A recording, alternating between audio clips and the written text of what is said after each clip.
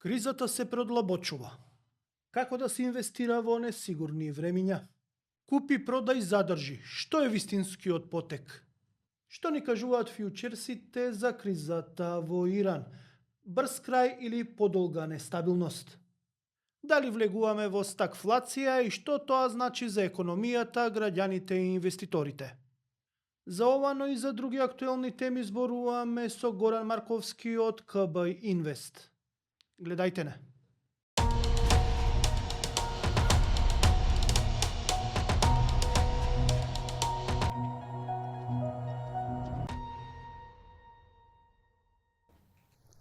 Да, како што најавив, гостин во студиово Горан Марковски од КБ Инвест. Добре дојде.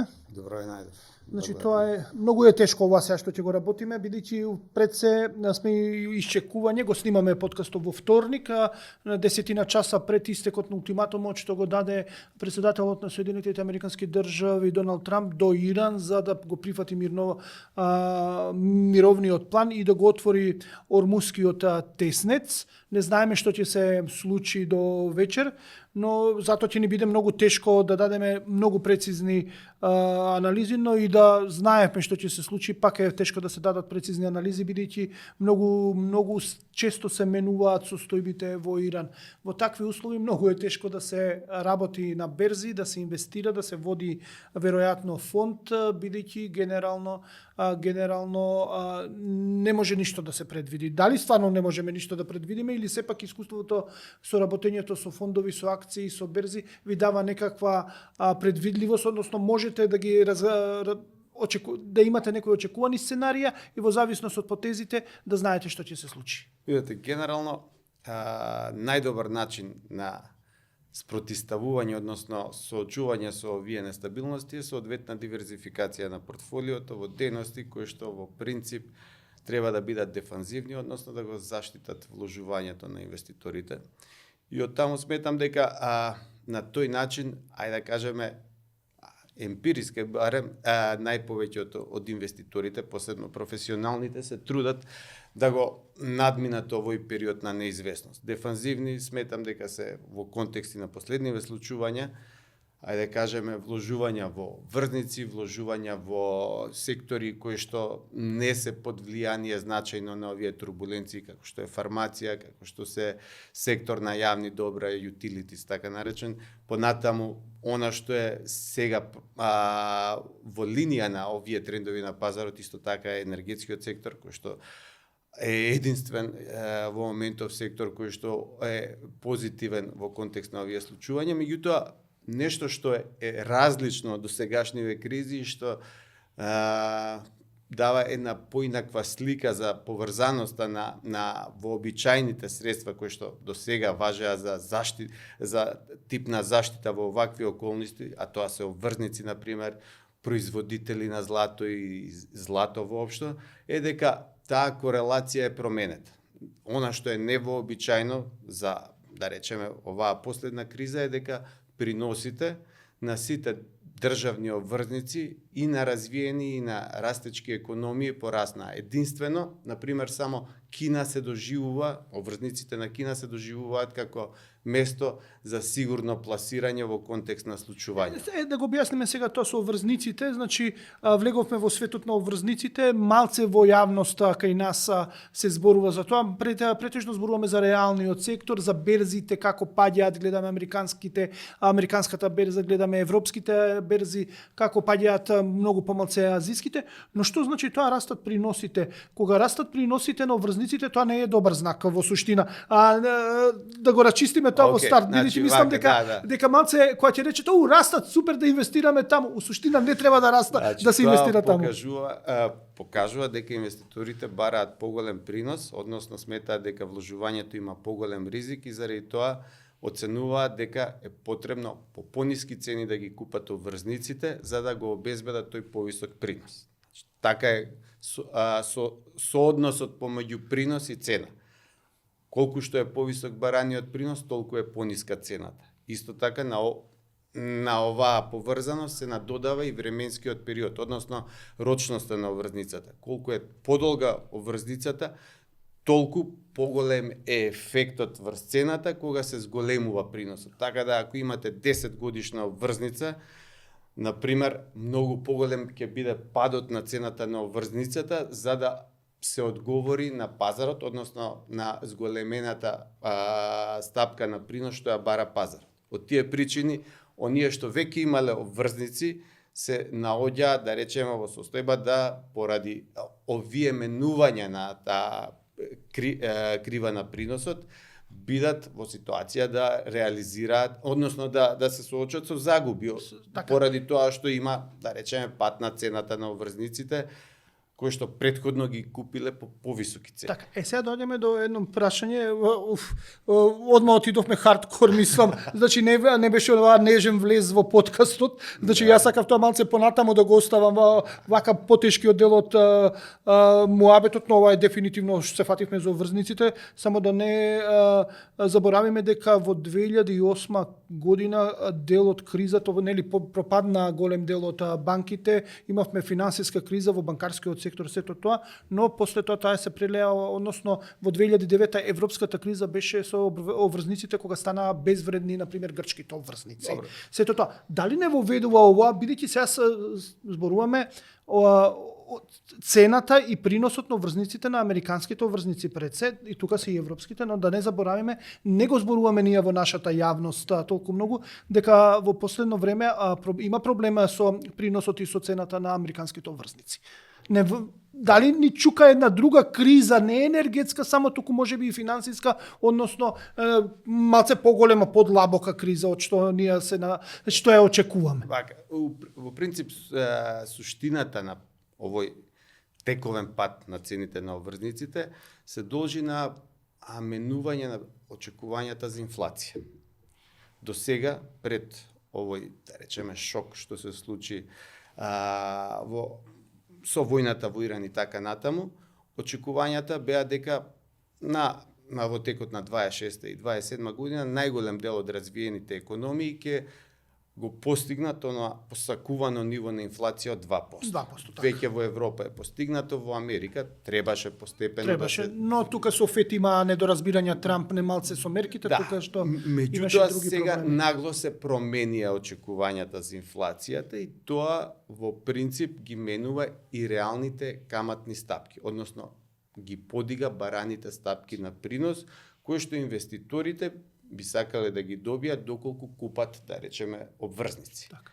Оној вообичаен процес на бегање во сигурност, што до сега важеше, да речеме, и значеше инвестирање во обврзници со највисок принос, сега изостанува од причина што тие обврзници со највисок кредитен рейтинг така. во принцип се на издавачи, првенствено држави, кои што во меѓувреме, да кажеме, во текот на овие години 20-30 постепено го зголемуваат нивото на долгот и ако се сеќавате на оние мастришки критериуми кои што се основа за влез Така во е, тоа е 3% буџетски дефицит од БДП, јавен долг. Така, тоа е тоа. Тој 60% е веќе недостижен за голем дел од развиените земји. И сето тоа придонесува да голем дел од инвеститорите веќе не ги гледаат како толку сигурни овие вообичајно доста сигурни инвестиции со трија најчесто. Да. Сега веќе мислам дека се два, Велика Британија, мислам и генерално, да. Така, изгубија оние едно. Погледнете Европска унија, мислам 2-3 земји имаат само под 60%, сите останати отидоа над 60%. Ја спомнавте Грција.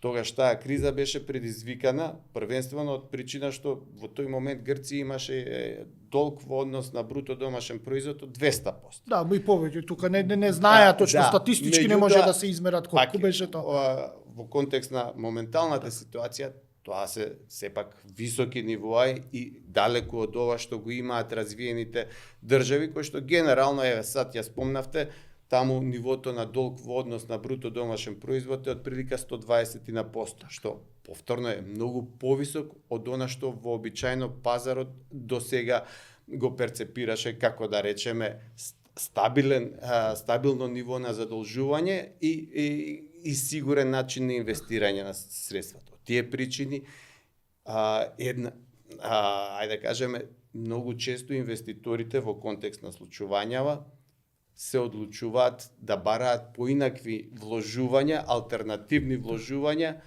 одејќи во насока на сигурност, стабилност и да речеме ликвидни средства кои што ќе им овозможат понатаму да соодветно реагираат. Сега, што се алтернативите? Имаме овде да зборуваме убаво, кажавте и за повисока инфлација, растот ќе биде понизок, влегува, можеби ќе влеземе во стагфлација, сите тоа го предупредуваат, но ќе оставиме малце темата за понатаму, сега доаѓаме оноа што требаше да биде понежни од старту суштина. Од ова се пативме за врзниците и да ги објасниме и за стравот дека може да биде голема белја, бидејќи зборувавме за Соединетите Американски држави, го кажавте вие јавниот долг дека таму е сериозен. Мислам дека за 10 години тој се има дуплирано и повеќе од дуплирано.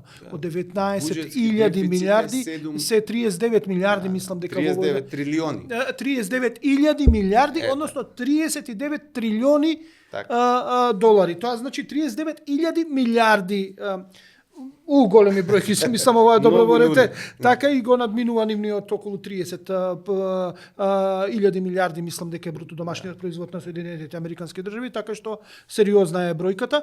Ќе се навратиме малце на опасностите од стагфлација, бидејќи се зборува се повеќе, но рековте треба да се прибегнува во сигурни инструменти на инвестирање. Во овој момент го нема, обврзниците значи не се сигурни како што беа, но гледаме и златото чудно се однесува, падна од 5500 максимумот што го имаше, сега е околу 4600-4700, денеска сега ќе ми извините. 4700, ја ќе ви кажам. Да, 4700, да. Во ред, да. 670-80. Така, тоа се менува, значи да не одиме со конкретни бројки, се смени тоа до четврто додека се емитува подкастов, но генерално зошто златото падна, бидејќи ако немаме обврзници како сигурно прибежиште, златото секогаш било прибежиште. Неколку, ајде да кажеме, оправдувања за падот на златото се нудат вака како најмеродавни, меѓутоа генерално една од причините секако е повторно каматните стапки. Тие се негативно корелирани со цената на златото. Кога растат каматните стапки, инвеститорите бараат алтернативи каде што може со принос да вложуваат, бидејќи тие растат, средствата се очекува да се селат од инструменти кои што не носат принос, а тоа е златото, во инструменти кои што барем ќе успеат да победат инфлацијата. Тоа се, пак ќе ги кажам, обврзниците перспективно. И кога ќе паднат цените и пораснат приносите, тогаш обврзниците стануваат поатрактивни. Тоа е една од основните причини, тоа беше барем до пред недела до две основен, да речеме, мотив за инвеститорите да продаваат злато во очекување на селење на средствата во обврзници со повисоки приноси. Меѓутоа, во изминативе недела две се смени повторно очекувањето кај инвеститорите, па сега најголем дел веќе не ја сметаат инфлацијата како најголем ризик, туку растот. Бидејќи оваа повисока цена на нафта вообичајно, дури има некои калкулации дека над $150 за барел ако прејде, се смета дека тоа е веќе вовед во рецесија и автоматски значи успорување на економиите, што од друга страна повлекува поинакви монетарни политики кои што првенствено ќе бидат насочени кон задржување на економиите во нормала, односно спречување на позначајни ефекти од рецесија, а секундарни ќе бидат ефектите од инфлација. Така. Сега доаѓаме до прашање, пак се враќаме на стагфлација. Така е. Како и да бегаме, одиме пак на она што се вика тежок дел од муабетот. Стагфлација одма да појасниме, тоа е низок економски раст, висока инфлација. Инфлација и сега тука има и вработеност висока, ниска, сето тоа, значи ќе ги извадиме тие елементи околу вработеноста. Например, Македонија го нема тој проблем, например ние имаме веќе ниска, немаме работна сила, имаме ниска вработеност, значи што според информациите некаде инфлацијата во Македонија, но веќе веројатно и во Европа ќе биде над 4%, во Македонија ќе биде некаде околу 4,8 до 5%, околу 4,9% ќе биде за март. Не знаеме економскиот раст како ќе се одвива, ќе треба да го видиме бруто домашниот производ, но што правиме кога ќе забрза инфлацијата во Европа, но и во Соединетите Американски држави, односно кога ќе се подгрее заради ценовните шокови што ги имаме заради нафтата и заради рутите на снабдување, да не забораваме ланците на снабдување се во прашање, да се зголемат цените од една страна, а растот да се намали и у суштина да влеземе во една Генерално тоа води кон рецесија. Што правиме во тој момент? Од аспект на инвестиции? Од аспект на инвестиции, да.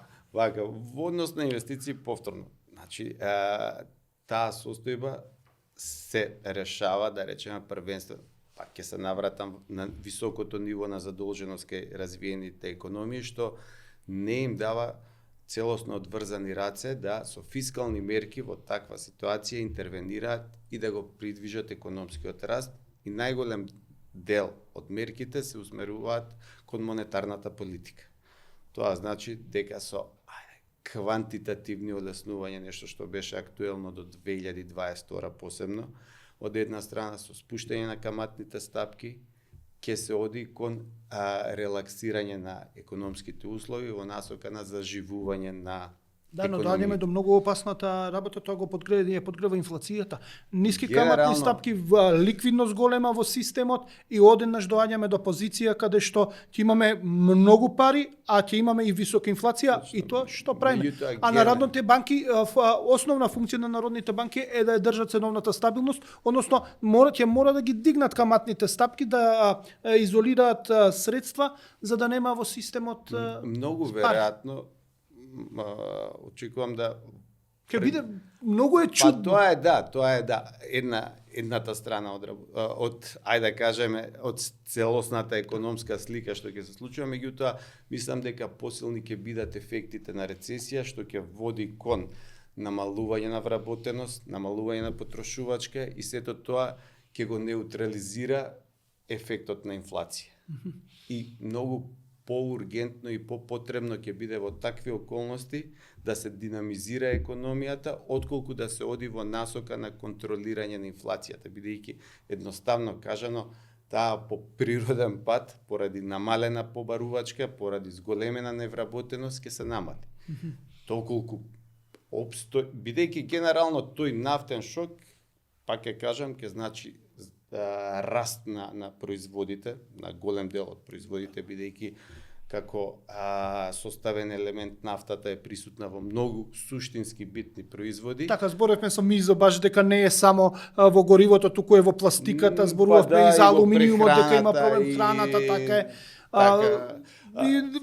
Комплектно многу елементи зависат од нафта и од петрохемиските производи, не е само нафта. Од тие причини тој шок ќе се одрази на намалена потрошувачка, што во принцип не сум експерт за да предвидам во кој временски период тоа ќе се случи, меѓутоа дефинитивно ќе води кон намалување на економската активност. И сето тоа ќе резултира со ајде да кажеме состојба во која што едноставно кажано цените немаат простор да растат, бидејќи од другата страна нема побарувачка која што ќе ги подгрева тие цени. Што најмногу ве плаши сега вас како човек што работи со фонд кој што инвестира КБ Инвест, значи што во овој момент во ваква ја поставивме сликата сега, ја сетиравме што се вика мапата, сите се плашиме, она што сега што го спомнав, вечер сите ќе очекуваме што ќе се случи со Иран, дали Трамп сето тоа, но вака сетирана, вака поставена работа што ве плаши најмногу во овој момент? Генерално побитни се оние макроекономски параметри кои што да речеме се поврзани со стапка на вработеност, со ниво на задолженост, оној проблем што полека се надзира во делот на private credit funds, кои што не можат да одговорат на барањата за повлекување на средства на нивните инвеститори и ги ограничуваат, што исто така може да има ефект на акумулирање понатаму, доколку тоа се прелее во целата економија, посебно во САД, а таму генерално знаеме дека е тргна и она првична финансиска криза. Значи, тоа се некои посуштински, пореални проблеми кои што можат лошо да се одразат на глобалната економија. Од друга страна, искуствено гледано, после секоја војна, во наредни 10 години, да кажеме, пазарите постојано растеле. Значи, тоа се секогаш краткорочни кризи, кои што е точно, имаат непријатни ефекти, посебно кај обични инвеститори, кај нас граѓаните, граѓаните го кои што чувствуваме до како сега цената. едноставно Така. не ги има, или пак посебно кај оние кои што во принцип инвестициите ги правеле со позајмени средства кои што во даден момент треба да се вратат.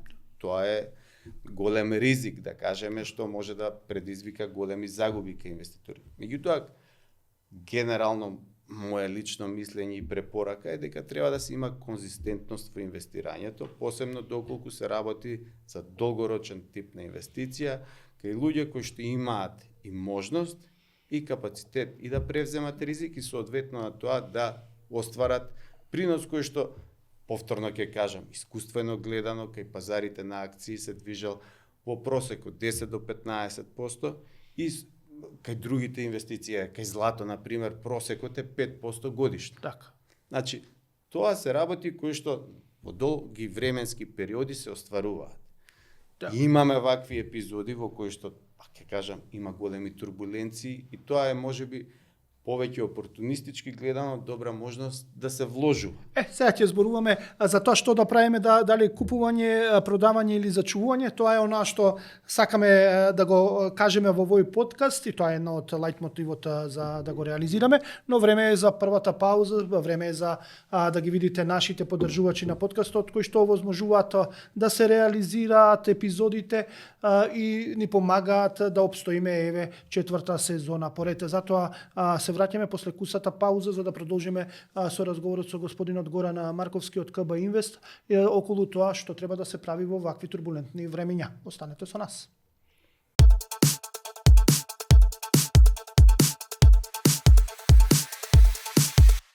Животот е сладок и луд, кога јадеш луп, ајде пробај луп. Овој свет се врти во круг, ајде биди среќен во добар муд.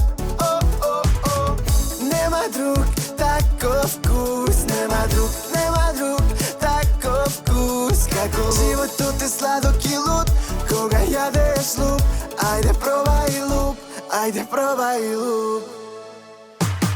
Влези во сладок луп, од сега и со нов вкус. Лимон. Кейкап. Ке сакаш уште. Витаминка.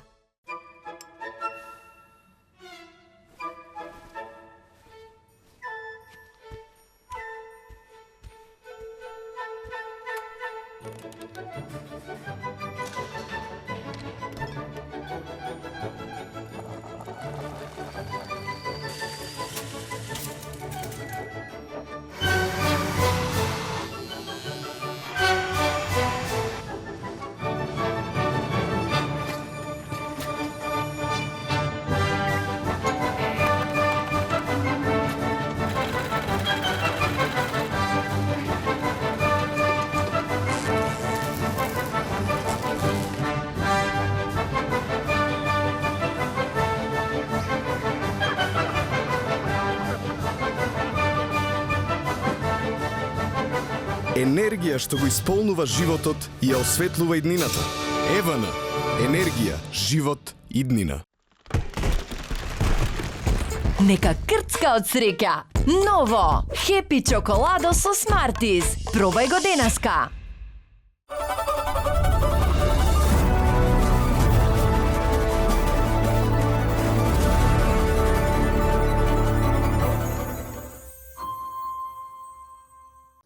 Да, продолжуваме со подкастот, втора третина.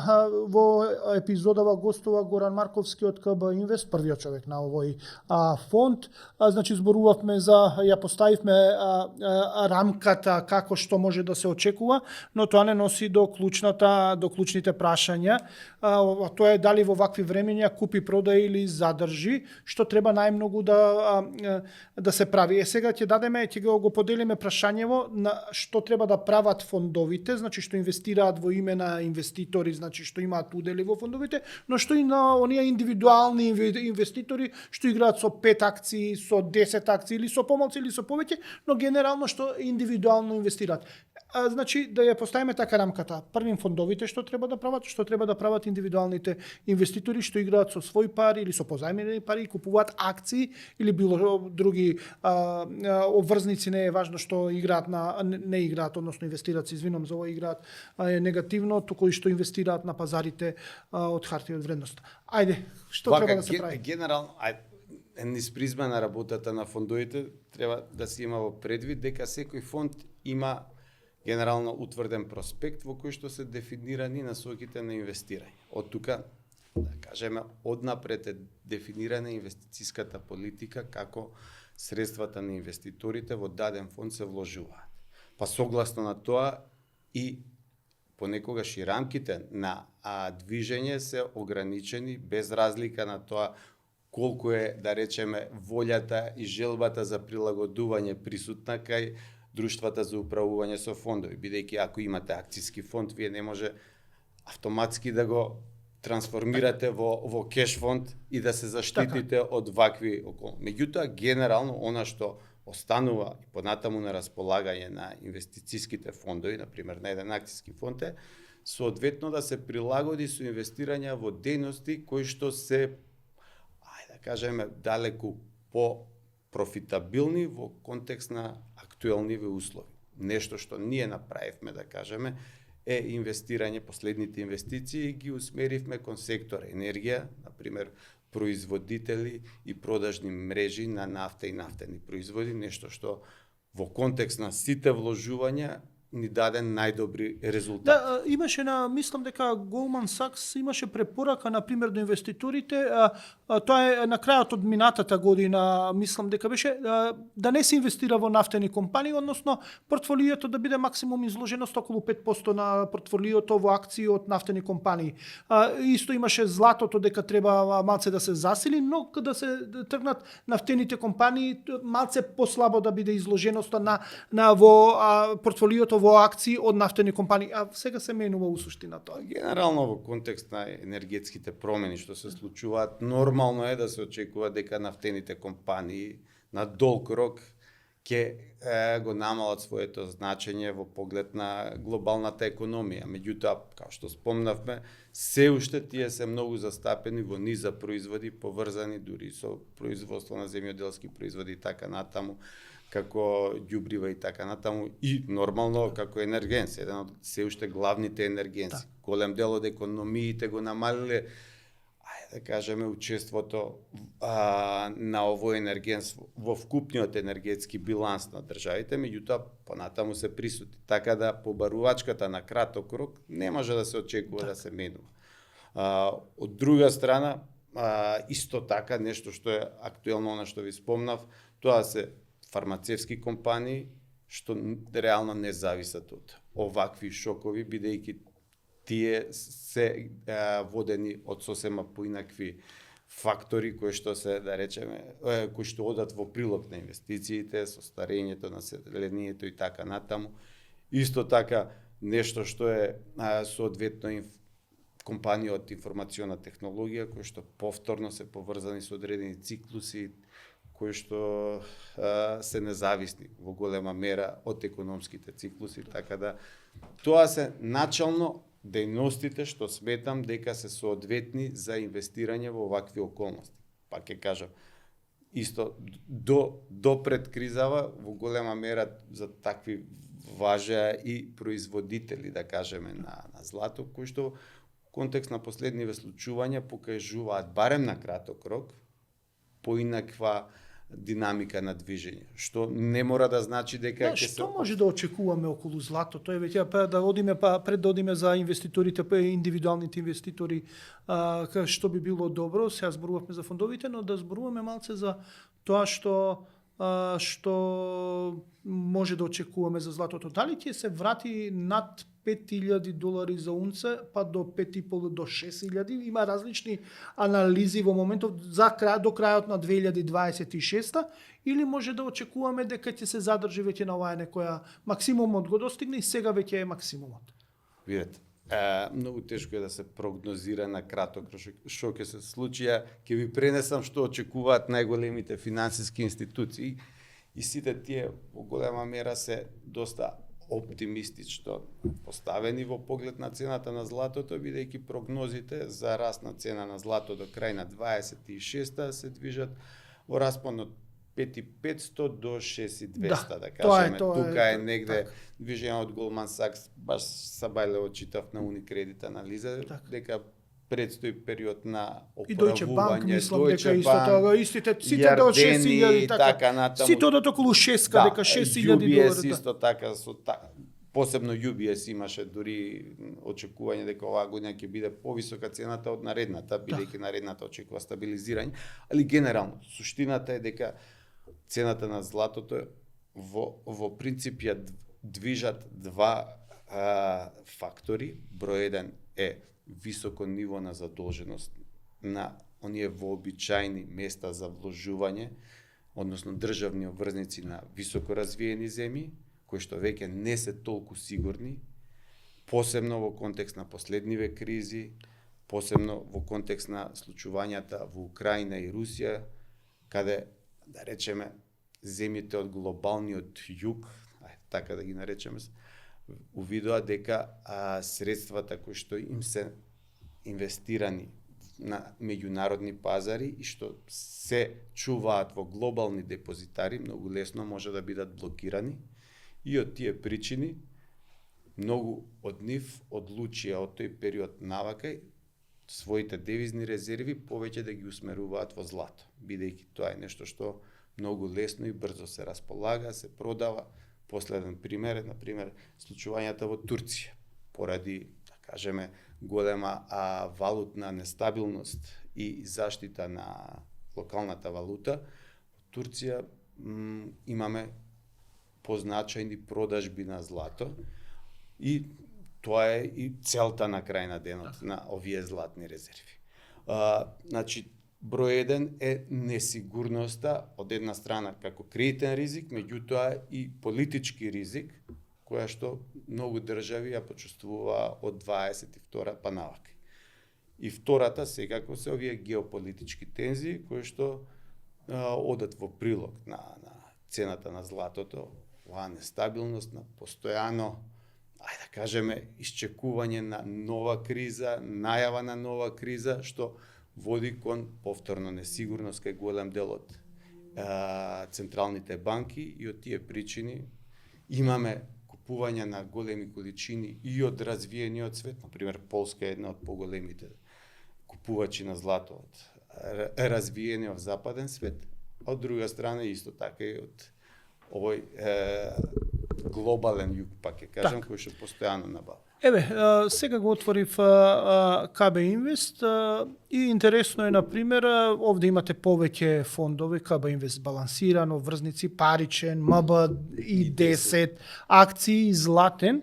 И сега, ако ги гледаме, убаво е овде структурирано за еден месец, генерално има мало паѓање, 1,68, например, балансиран, 1,54 обврзници, но има, например, паричниот раст од 0,19, МБ и 10 има 0,26, акции 1,44 паѓање и златото 5,48, но тоа е за само еден месец, но на годишно ниво, на 3 месеци се извинувам, кога ќе се види, има претежно е во зелено, значи има раст, освен обврзници и МБ и 10, што расте на 6 месеци, па се е скоро во зелено, има сериозен раст, значи во минатите 6, освен МБ и 10, на една година МБ и 10 повторно е во црвенко, но другото е годишните се 14,13, 3,8, 2,68, 31,8 во акции раст. И, например, златото е за една година, значи е 104%, например, тоа е сериозен раст, 5 години се е во зелено и од почеток на година до сега имаме генерално зелено, односно позитивен раст, освен во кај обврзници и кај МБИ-10. Ова се добри резултати, кои ќе видиме, например, 5 годишните приноси на фондот е 42%, например, на балансиран, 11% е на паричен, 108% е на МБИ-10, на 5 годишно, значи зборуваме, во акции 50% и злато 133% за 5 години. Овие се интересни резултати и ова е у суштина вашата основна цел е да не заштитите нас инвеститорите, да дизверифицирате на различни места и за да имаме вакви резултати на нашиот влог, на нашите удели. Но доаѓаме до на прашање, еве сега јас сум поединечен инвеститор, не сакам да играм преку вас, односно да инвестирам, повторно се извинам за тоа играм, да инвестирам во вас. Што би ми препорачале, што да правам во овој момент, да продавам, купувам, да задржам, што би требало да правам во овој момент? Генерално, први да видите како стоите со можноста и спремноста да превземете ризик. Тоа се две клучни работи. Можноста зависи од вкупниот, да речеме, обем на средства со кои што располагате, дали се тоа во акции, имот и така натаму, и да едноставно решите колкав дел можеле да усмерите, веќе да кажеме конкретно збориме за вложување во акции, како најдинамичен тип на вложување. И соодветно на тоа да го поставите портфолиото. Значи во вакви околности мое лично правило е дека да кажеме кога пазариве се соочуваат со нестабилност, дали таа потекнува од економскиот циклус, кој што да речеме соочен со криза предизвикана со рецесија или пак војни шокови, исто онаа објава на тарифи од лани и така натаму. Значи, почнете да инвестирате кога пазарите ќе патнат 10%. Мое лично правило е тоа. Од таму почнете. Ако имате 100 единици, 20 до 30 единици, почнете на минус 10% да ги вложувате. То сметам во компании кои што се здрави, кои што се перспективни, кои што имаат вредност, не се базирани на нереални очекувања, имаат ниски стапки на задолженост и имаат потенцијал за раст и прогрес и понатаму. Значи, тоа е наједноставно поставена инвестициона политика, која што во принцип и ние во друштвото ја користиме како основа за избор на соодветни компании. На крај на денот, дејноста е битна во даден момент од економскиот циклус, точно. Речеме, услови на рецесија, не купувајте финансиски сектор, бидејќи таму ризиците и загубите се потенцијално најголеми. Причина што во тие услови банките се соочуваат со зголемени резервации и така натаму. Меѓутоа, повторно, се зависи од вреднувањето. На долг рок, добрите вложувања, односно добрите банки, оствариле супер резултати и генерално тие околности треба да се искористат за или почнување или до формирање на вашите инвестиции во одредени, да речеме, компании, сектори и така натаму. Значи треба да следиме, ако сакаме да инвестираме, ако сакаме во овој момент или сме инвеститори или сакаме да почнеме, каде паѓаат, во штом паднат акциите 10%, веќе тоа во здрави компании, здрави сектори, да се инвестира. Исклучиво резултат на сентимент. Так. Негативен сентимент, кој што видовте што се случи, например, со златниве производителиве на злато. Падна во даден момент 30% под оние врвови, без никаква причина. Мислам, генерално, таа е предизвикана од падот на цената, меѓутоа, тоа се повеќе, да кажеме, трендовски технички прашања, отколку што се реални прашања. Кој ќе оземете глобалниот контекст на пазарот на злато, да кажеме, повторно заклучувате дека и понатаму интересот ќе постои, бидејќи за жал се соочуваме перманентно со конфликти на глобално ниво, кои што најверојатно ќе продолжат и во наредните неколку години поради реструктурирање на мапава на светот. Така да тоа е нешто што сигурно ќе функционира како фактор што ќе го поддржува златото, односно поборувачката на злато и секако нивото на задолжување и оние монетарни мерки кои што ги спомнавме, исто така одат во прилог. Така. Значи тоа е во суштина така да се поставиме во овој момент. Значи сега кога паѓа во суштина треба да купуваме, но дали треба да продаваме нешто или сепак тоа што сме го купиле да го чуваме? Ако гледате дека ризикот од влошување на економските перформанси на тие компании е голем и допрва ќе се рефлектира, тогаш не треба ни емотивно да се чуваат вложување. Тоа е сигурно така.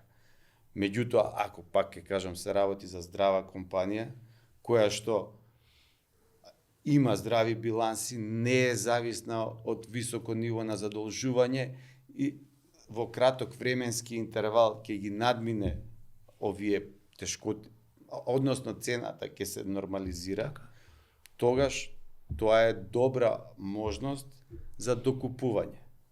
Бидејќи тоа се, да речеме, опции кои што многу ретко се нудат на пазарот и треба соодветно да се валоризираат. Така, еве ги гледам сега во моментов берзиве, се е зелено, растот е мислам символичен 0,36%, значи 0,44, Dow Johnson току е 0,36, SIP 500 е 0,44 плюс во моментов, значи стој Nasdaq е во моментов плюс 0,54, да видиме сега глобалниот DAX е 23,370, односно скоро 1%, 0,89 во зелено, значи расте тоа, 0,34 е ФТС 100, Nikkei гледам расте, не расте 0,03, но не е црвено што е најважно. Ова се моменталниве вторник, колку е 11 часот и 37. Тоа се од вчера голем Да, значи но еве европските веќе работат, значи ова што ги Европските укажуваат дека ќе имаме позитивен исход веќе. Да, генерално тоа е очекувањето, но нешто мораме пред да одиме на втората пауза да ја отвориме темата за фјучерсите. Ние ги слушаме се повеќе околу фјучерси за нафта и ако ги отвориме, на пример, јас страницата што ја следам на oilprice.com, кога ќе се отворат тука фјучерси, се гледа дека се пролонгираше падот на цената, првин требаше некаде во јуни, па во јули, и сега дури во август почнува некаде да паѓа цената. Зошто се важни овие фјучерси и што треба да ни кажуваат и колку треба да ги следиме во визави кризата во Иран? Вака, фјучерсот како инструмент за тргување е во принцип договор во кој што едната страна се обврзува да купи, а другата се обврзува да продаде одредено добро. Конкретно, ова што го спомнавте, тоа е, да речеме, нафта. Така. Тие имаат однапред дефиниран рок на доспевање, као што спомнавте, секој месец доспеваат, и најчесто вложувањата кај овој тип на инструменти е на база на минимален износ кој што е доволен да покрие некоја краткорочна разлика која што може да се случи во периодот до доспевање на тој финансиски инструмент, фьючерс. Овие се битни бидејќи оние што купуваат очекуваат, да речеме, значи да добијат нешто по цена која што ќе биде во моментот на доспевање пониска, па ќе може да го продаат повисоко и обратно. Тој што продаа мисли дека сега ќе продае повисоко, а во моментот на доспевање цената ќе биде пониска и ќе заработи на тој начин. Значи, тоа се однапред се кладиме у суштина, се кладиме, дека цената или односно очекуваме и сега јас очекувам тој што купува дека цената ќе порасне над моето купување, а тој што продава дека цената ќе биде под мојата продажба што ќе биде. Тоа е. Бидејќи на денот ќе се салдираат работите. Така. Ако е над тоа, тогаш ќе ти исплат, ако си го купил, ќе ти исплатат разликата. На тоа, ако е под тоа, ти треба да платиш. Така. Ето е, например, еве сега го гледам фьючерсите за нафтата, значи сировата нафта. Мај, например, е $112 за барел, јуни е 97, скоро $98 за барел и јули почнува 90, 89, 90 денари и во август веќе имаме околу 84. Тоа се фьючерсите за нафтата. Значи, генерално во овој момент се очекува некаде, ако одиме според ова, дека нафтиниот шок ќе дојде во некои рамки на околу $80-85 во август ќе дојде некаде. Да, до крај на година, дури колку што можев да видам, се очекува приближување на она почетно ниво. Да, еве, например, во декември сега отворив е околу $74. 67 тргна, така да така. тоа е десетина посто над. Така е, 74 е декември, а 67 дури, тоа дури очекуваат февруари 2018, мај 2018 би било некаде околу 68 Значи, за фьючерсот. година дена повеќе За или- година. да. Тоа е тоа некои што ни кажуваат вака кога ги гледаме фьючерсите. Па, генерално ова се очекувањата на пазарот околу решавање на целата криза. Да, значи таа е динамиката која што ја предпоставува пазарот низ призма на цените на фьючерси. Очекуваат дека уште овие месец-два ќе има зголемени тензии што ќе водат кон повисоки цени на нафтата и во периодот што следи после тоа ќе дојде до постепено нормализирање, предпоставувам, на тековите на движење и на цените. Она што, ајде да кажеме, интересно да се спомене дека голем дел од производителите непосредно по почнување на оваа криза продава нафта на повисоки цени преку овој тип на инструменти во очекување дека токму тоа, овој шок е краткорочен и нестабилноста треба да се искористи заради зголемување на нивната профитабилност. Така.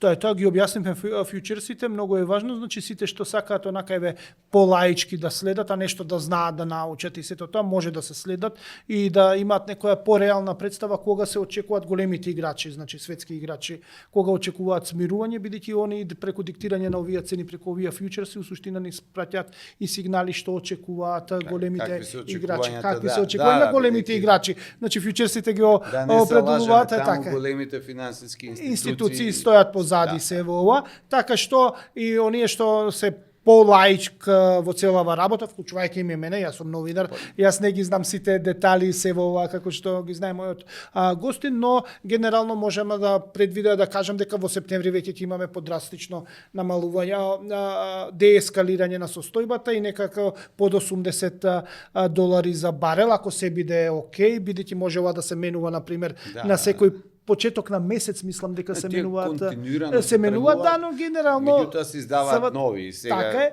Ето е постојано и се тргуваат, тоа така е целата идеја. Ето е целата идеја, но сега е време за втората пауза за нашите пријатели на подкастот и ќе се вратиме во третата третина со нашиот гостин, тоа е Горан Марковски од КБ Инвест, за да зборуваме малце за МБИ-10, односно за македонската берза, како е поставена во овој момент, што може да очекуваме, се сведува нашата берза на неколку сериозни акции, гледаме дека имаше многу успешна 2024, малце послаба 2025, но што можеме да очекуваме и за 26-та и како да се поставиме, тоа ќе биде во третата третина. Затоа сите што ви интересира македонската берза, останете, следете неја епизодата, се враќаме по кусата пауза.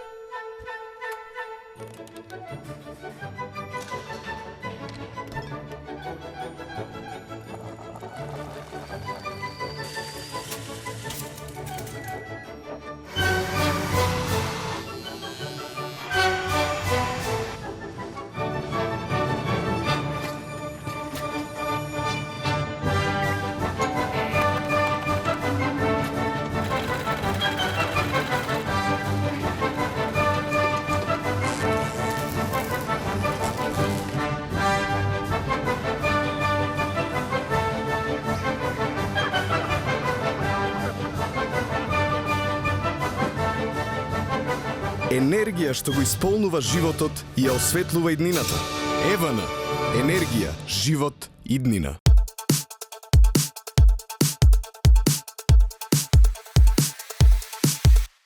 Животот е сладок и луд, кога јадеш луп, ајде пробај луп. О, о, о. свет се врти во круг. Ајде биди среќен во добар муд. О, о, о. Нема друг таков вкус, нема друг таков вкус. Како животот е сладок и луд, кога јадеш луп.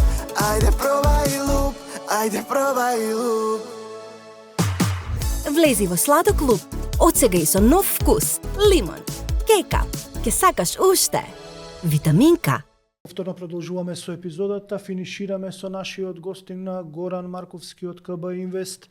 Зборувавме за многу работи, зборувавме за состојбата, за инвестициите, зборувавме за фјучерсите, зборувавме за стагфлација, зборувавме исто така за тоа што може да не очекува и дека исчекуваме што ќе се случи вечерва, односно во вторник на кај среда ноќта, а ова знаете дека се емитува во четврток, односно 2 дена пред емитувањето го снимаме за да имаме време за постпродукција на епизодата.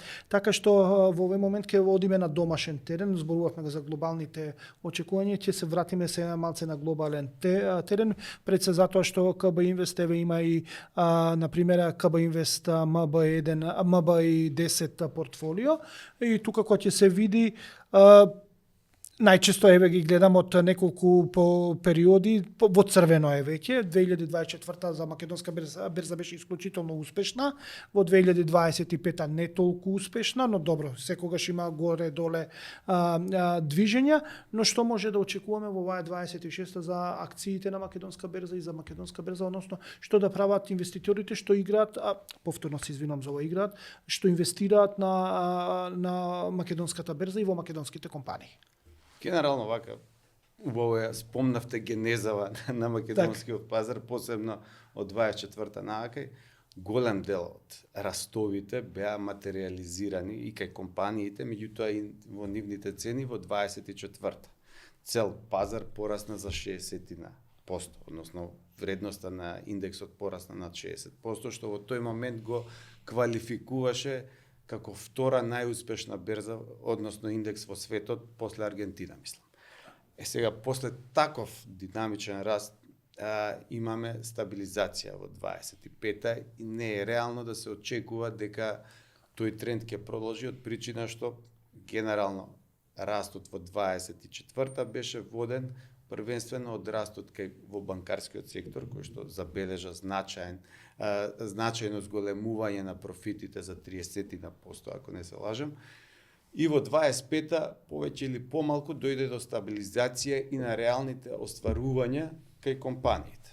Вообичајно, да речеме, ајде да кажеме, банкарскиот сектор, за разлика од претходната супер динамична година со такви растови, влезе во фаза на стабилизирање и повеќе или помалку стагнација на профитите, што во принципи се одрази соодветно на цените на акциите.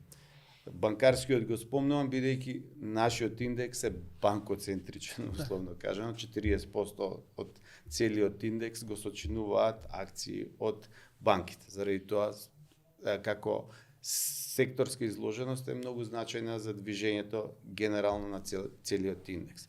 Останатите компании и во 25-та имаа раст, меѓутоа тие растови се движеа до 10%, што во принцип не остава простор за динамизирање и на инвестирање и на очекувања првенствено и така натаму.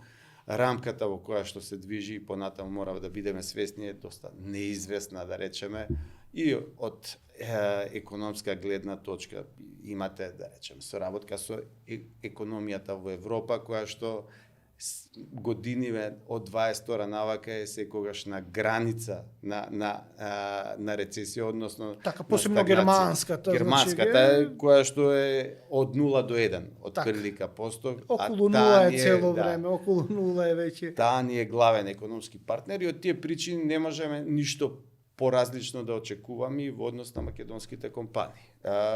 26-та сметам дека битно е да ги видиме првите квартални резултати, меѓутоа очекувам да има постепено нормализирање на движењето, односно очекувам да повторно влеземе во вообичајниот тек на движење кај банкарскиот сектор, бидејќи мислам дека во тој дел ланската година значеше стабилизирање и поставување на одржливо ниво кое што ќе биде почетна точка за 26-та да продолжи некој континуитет во растот и сметам дека доколку нема некои големи економски нарушувања предизвикани од актуелна нафтена криза, сметам дека повторно треба да очекуваме кажеме раст на македонскиот пазар од 10 до 15%, комбинирано и од аспект на остварување на капитални добивки и од аспект на дивидендните приноси кои што барем компаниите што го сочинуваат индексот вообичајно ги исплаќаат во изминативе години. Сега доаѓаме до едно прашање што не смееме да го испуштиме, повторно ќе се вратиме на глобалното влијание на економијата, а тоа е инфлацијата и гледаме за брзо, еве во Македонија ќе биде 4,9 веројатно, 4,8, 4,9, околу 5, од 4 до 5, но еве според некои информации може да се движи од 4,8 до 5, до 5% во март. Природно прибежиште на македонските граѓани при повисока инфлација е инвестирање во станови, купување во недвижнини. Веќе цените се прилично високи, мислам дека и малце се и вештачки одржани на тоа ниво, понуда побарувачка и гледаме дека и странски фондови купуваат недвижности во Македонија, што е добро, не е лошо што го купуваат, бидејќи ние сме пазарна економија, отворена економија и гледаат што инвестираат, тоа сметаат дека е добро да се инвестира во Македонија, но доаѓаме до моментот дали можеме да очекуваме повторно притисок од граѓаните врз купување на станови, односно стерилизирање на парите во цврста градба, наместо во злато или во акции како што одат во странство, кај нас во станови кога имаме кризи се инвестира во станови. Може ли да ни се случи тоа па да се излекуваат пари вместо да се инвестираат на берза, да се инвестираат во станови? Секогаш е таа опција отворена, меѓутоа генерално остварениот раст во изминатиот период, барем економски гледано не кореспондира со зголемена куповна моќ кај населението и од тие причини сметам дека економски гледано многу мала е веројатноста да продолжи со тоа темпо растот на цената на недвижностите. Секогаш оставам простор, која што спомнавте, за странски инвеститори и така натаму, кои што... Да, и за нелогичности што го следат нашиот пазар. Веројатно, не се нелогичности, тоа се повеќе, да речеме, работи кои што се поврзани со некои сиви текови во економијата, така да предпоставувам сето тоа влијае на пазарот на недвижности, меѓутоа генерално, од друга страна, кој ќе ја погледнете стапката на приносот во тој тип на вложување, таа е повеќе или помалку многу стагнантна во овој изминат период кога имаме дуплирање, да кажеме, на цената на квадратот, а истовремено износот на кирија, што вообичајно се добива како приход, е во најдобар случај 50% пораст, да кажем. Рентата што се не кореспондира со растот на цената на квадратот. Не одговара на растот на цената, што исто така укажува дека не е во позадина економската моќ. Бидејќи ако е тоа така, тогаш би требало и овој ајде да кажеме приход да порасне соодветно на вложувањето. Така. Така интересно е овој дел, многу малце во јавноста го гледаме, го разговараме ова, но сите го чувствуваме квадратот и многу се возбудуваме кога ќе видиме цената на квадратот, но гледаме дека не е баш чисто економска категорија. На крај на денот пазарот ќе одлучи генерално, меѓутоа моje лично мислење пак, не сум експерт за овој пазар, меѓутоа искуствено гледано и фазите во кои што тој пазар поминувал од 2000-та навака, сметам дека повторно ќе влеземе во период на стагнација на цените на ова ниво, да кажеме, како што беше, како се кажате, од 2000-та до 2015-та. Може би што просек и стандард за цена на квадрат беше 1000 евра. Така е. Сега, пред да финишираме со овој подкаст, оваа епизода, многу малце се осврнуваме на нешто друго. Ние ги гледаме берзите во американската берза и берзите во Америка, ги гледаме европските берзи, ама не ги гледаме во Азија, воопшто како да се некако на страна, тоа сепак да не заборавиме втората најголема економија е во Кина. Да, таму има ограничувања, малце на друг начин функционира, но имаме таму и Токиска берза, имаме нели и други берзи што Хонконшка мислам дека исто генерално така. Кина и Јапонија така, и Јужна Кореја, да не забораваме, лани беше најуспешна берза во свет. Така, зборуваме сега за берзи кои што ние воопшто не ги перцепираме, како од аспект на инвеститори во јавноста не ги комуницираме. Колку се овие, ајде да кажеме, потентни берзи кај што може наши играчи или наши инвеститори да играат и колку се неоправдано изоставени од наши инвеститори. Пазете, ја ќе ви ја кажам нашата перспектива за тоа Така, што ние правиме во поглед на овие. Значи, генерално, јапонскиот пазар е доста интересен. Беше доста интересен, посебно пред овие, да кажеме, последни трендови на покачување на каматни стапки и така натаму. И таму има потенцијални инвестиции што се уште нудат, да речеме, можности за инвестирање. Исто така Јужна Кореја. Samsung е компанија која што имаше неверојатен раст во изминатата година и тоа предизвика генерално придвижување на целиот индекс нагоре.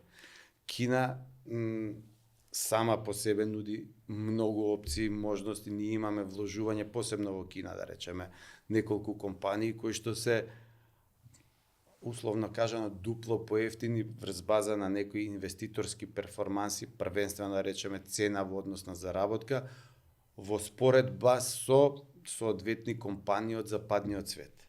Значи, нудат огромни. Дури има и една компанија што имаме во портфолио, финтек компанија која што има дивиденда од 15% од цена во однос на заработка 3-4, нереално звучи. Така. Меѓутоа, тој пазар генерално е проблематичен повторно во контекст на овие геополитички случувања. А тоа што може со државна регулатива да се уништи у суштина кажано малце некоја компанија да се ограничи, да се стави надвор од нормалните економски текови, Тоа, не ви например, плаши? Алибаба. Така, не ви плаши ли тоа, например? Тоа не плаши, меѓутоа уште повеќе не плаши можно радикализирање на односите со западниот свет, како што се случи во Русија, например, и ограничување на тие инвестиции. Бидејќи генерално тоа е можност која што во дадена ситуација би влијаела на блокирање и сведување на тие инвестиции на нула, што генерално не би сакале да го имаме во нашето портфолио. Така, и би препорачале ли на македонски инвеститори, на вака што е поединечни инвеститори, да ги разгледаат овие берзи што се токиската, корејската? Апсолутно да. Во насока на диверсификација, меѓутоа повторно со реална, одржлива анализа за конкретни компании кои што сметаат дека им одговараат како опции за нивното портфолио на харти од вредност и повторно водејќи сметка посебно за она што го спомнавме за вложувањата, да речеме во Кина и така натаму, да се додаде и одредени премии за ризик, да се додадат кои што ќе ги адресираат зголемените ризици од, да речеме, геополитички тензии, што може да, пак ќе кажам, реално, например, во Русија доведоа до блокирање на значајни портфолии. Така. Сега, вие имате повеќе начини да се инвестира, имате КБ Инвест балансиран, врзници, паричен, МБИ 10 акции и златен, тоа веќе ги набројав.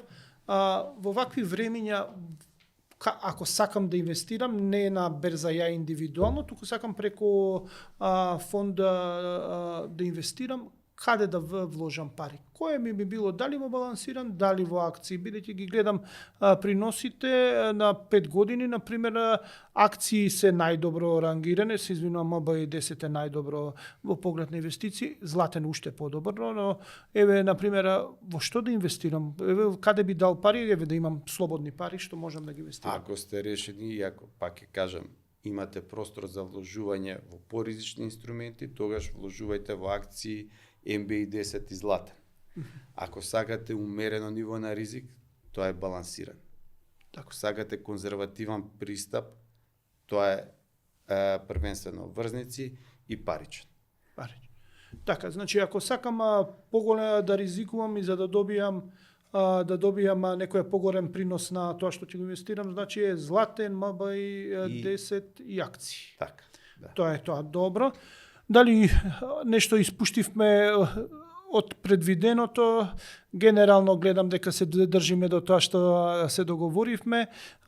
Фьючерсите ги објаснивме, малце азискиот пазар го објаснивме и за крај да финишираме. Македонија не е позната ли, веќе почнуваме ли да звучиме дека кај нас живеат инвеститори? Дали се научија граѓаните да одвојуваат дел од парите за да инвестираат или се уште чуваме во банка под перница, веќе долго време не чуваме, мислам од 2000 година од конверзијата од марка во евро кога направивме, ги извлековме парите и тогаш ги ставивме во банки во суштина. Дали ги чуваме во банки, дали купуваме станови, недвижности или почнавме да инвестираме во фондови или во акции, дали го надминавме дека треба да имаме некоја кешарица за црни денови или почнавме да играме, пак и се извинам, да инвестираме на берза. Видете, искуствено гледано сметам дека имаме значаен прогрес во инвеститорската култура во изминативе 2 до 3 години. Обемот на средства во фондови во овој период е дуплиран, што укажува на значајно подигнато ниво на свесност за овој тип на вложувања. Во прилог ни оде од една страна пониските каматни стапки и исто така истовремено и добрите приноси што ги спомнавте, што дополнително мотивира голем број на инвеститори да решат дел од средствата да ги пренасочат. Така да имаме позитивен тренд изминативе години и кој што барем искуствено можам да кажем е во директна корелација со случувањата на пазарите. Кога имаме позитивен тренд на приноси, секогаш многу поедноставно инвеститорите одлучуваат. И тоа се случи во изминативе 2-3 години. Оваа година гледам успорување на темпото на нови, да речеме, инвеститори, меѓутоа со сигурност можам да кажам, имајќи во предвид дека работиме 17 години на пазаров, дека значајно еволуираше финансиската и инвеститорската писменост кај голем дел од населението во изминативе 4-5 години. 4-5 години. И последно прашање ќе биде, гледам дека се повеќе млади луѓе, значи зборувам млади под 30 години, под 25 години, значи не под 30, под 25 години, кои што се интересираат за инвестирање и инвестираат преку оние онлайн платформи, во акции, во криптовалути, во оние модерни инструменти, но генерално сепак се создава некоја база која што почнува да разбира инвестирање, да ќе се изгорат некаде ќе добијат, ќе имаат заработка, но генерално почнуваат да сваќаат дека може да се инвестира. Колку како фондови сте подготвени да допрете до младите и додат преку фондови, а не директно да инвестираат во акции, бидејќи сепак е на некој начин поризично, односно колку младата генерација сваќа дека и фондовите им овозможуваат да заработат не на краток рок, но на среден и на долг рок, да тоа што ги имаат парите еден ден да имаат сериозна заработка. Од она што до сега, да речеме, се случува со таа група на популација, сметам дека кај нив се значајно е зголемен интересот за инвестициски фондови, меѓутоа, она што го спомнавте, голем дел од нив сметаат дека се доволно спремни, имаат доволно време и знаење да го прават тоа сами и тоа најчесто се поврзува со периоди на континуиран раст на пазарите. Се до моментот на прв посериозен, да речеме, проблем на пазарите, кога голем дел од нив осознаваат дека направиле погрешна проценка и инвестиција. Истото тоа се случи во Македонија, ако се сеќавате, во периодот на 2005, 6, 7 година, кога имаше огромен балон, сметаше дека е супер паметен инвеститор и дека треба да се купат, имаше и банализирање на работите, најефтините акции, вредносно најефтините, што немаше врска со инвестирање, меѓутоа генерално кога позитивен беше трендот, сето тоа се ефектуираше позитивно за сите вложувачи. Меѓутоа, кога ќе се соочите со прва криза, голем дел од тие инвеститори се уште не се вратиле од таму кај што тргнале. Предпоставувам дека тој проблем ќе се појави и сега, кај по нова генерација, бидејќи не треба да заборавиме дека они не се соочиле со посериозна економска, финансиска криза во која што имало позначајни падови на пазарите. Последно нешто е ковид кризата, да кажеме, која што 30% значеше пад и многу кратко траеше. Меѓутоа, суштински не сме се соочиле со некоја криза во која што тоа се манифестира позначајно и на подолг временски период. Значи, тоа апсолутно го поддржувам, бидејќи тоа е вовет во, да речеме, инвестиции и ги проширува хоризонтите и неминовно води кон, да кажеме, поврзување и со професионални инвеститори, што предпоставувам ќе дојде како втор чекор, кој голем дел од нив ќе заклучат дека едноставно и немаат време тоа да го прават. Така да, во секој случај, тие трендови се присутни и влијаат на пазариве, посебно на инвестициски фондови и се за поздравување во секој случај. Тука сме до крајот, леле, точно сме 1 сат и 5 минути како што беше планирано. Ви благодарам што бевте дел од подкастов. Се надевам дека одговоривме на се тоа што е интересно за јавноста. Се гледаме во некоја друга прилика. Уште еднаш ви благодарам што дојдовте, што одвоивте време. Благодарам на поканата. Да, тоа беше се. Ќе видиме наредната епизода што ќе биде, таа ќе биде после Великден. Најтешко е да се договараат после празници епизоди, бидејќи сите се и вие што не следите, но и гостите, па и ја малце опуштени, и тоа ќе биде можеби најпредизвикувачкиот подкаст, најпредизвикувачката епизода. Се уште не знам што ќе правам, дали ќе биде за странски влијанија преку економијата, дали ќе биде некоја друга тема. Навистина не знам, но ви пожелувам убаво да си поминете на великденските празници, добро да се одморите, да прошетате, да уживате и да ни се вратите во наредниот четврток, да не гледате повторно со некоја нова епизода. Секое добро, довидување, бидете ми добро.